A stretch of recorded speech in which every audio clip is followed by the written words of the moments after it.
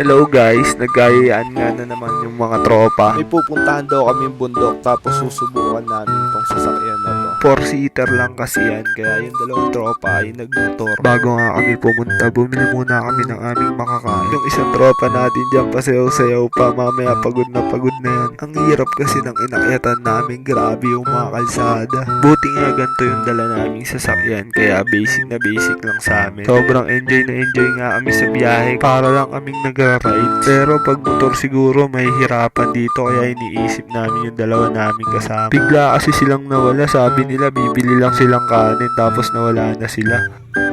Grabe talaga yung kalsada kasi hindi siya basta-basta. Pero ganun naman ata talaga. Mas maganda yung mga lugar na hindi masyadong napupuntahan ng mga tao. Kasi mas naaalagaan nito. Hindi masyado nakakalatan o nadudumihan. Yung ibang ganito kasi hindi masyado naaalagaan. At kung sino pa yung dayo, siya pa yung nagkakalat. Kaya pag may gantong lugar sa inyo, alagaan nyo. Sayang kasi yung mga gantong nature. Ang sarap puntahan. Napakalamig ng tubig at ang sarap ng hampas ng hangin. Tignan mo nga itong si Kagawa, halatang enjoy na enjoy siya. Nagutom na nga kami dyan, wala pa rin yung mga kasama namin.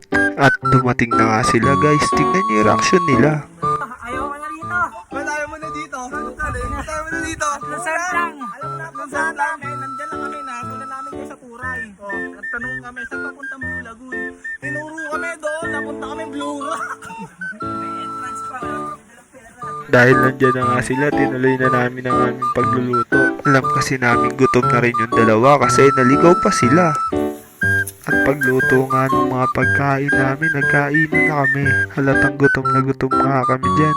Tagal nga namin nagluto tapos ang bilis lang namin kumain para makaligo na nga rin kami kasi ang init nga sobra. Tapos may nakain akong prutas dyan guys. Ang sarap pero napaka-asim. Tamang balsa trip nga kami guys dyan. Tapos nagkaayaan tumalon. Itong kaibigan ko kasi parang diver talaga to. Tignan nyo mga par, ang galing niya tumalon. Tapos ako nga dyan, natatakot ako tumalon kasi napakataas talaga. Pero nilabanan ko yung takot ko. Face your fears nga, diba? Pagtalon ko nga dyan, sobrang sarap sa pakiramdam. Naharap ko yung takot ko. Sabi nga ng kaibigan ko, gayahin ko daw siya. Ayoko nga, baka mabagok yung ulo ko. Dito nga sa pagbitin na to, takot na takot ako. Kahit epic, ginawa ko pa rin. Kasi nga, face your fears, diba? Ito din kasi yung mga alaala na mababalikan ko na lang dito. Bago nga kami umuwi, dumaan muna kami dito sa pinakatuktok. Ang lakas ng hangin, tapos kita mo lahat ng mundo. Tip ko nga lang sa inyo guys, huwag kayong matakot na gawin yung mga bagay na gusto nyo. Huwag pakialaman yan mga tao sa paligid mo. Kahit puro kabutihan naman gawin mo, may makikita pa rin sa'yo. Oo, diba? Eh di gawin mo na lang yung gusto mo. Ahay! At bago nga pala matapos yung bidyong to, papasalamat ako sa inyo. Oo, sayong nanonood hanggang sa mga oras na to. Sobrang solid nga na experience na to. Tignan nyo.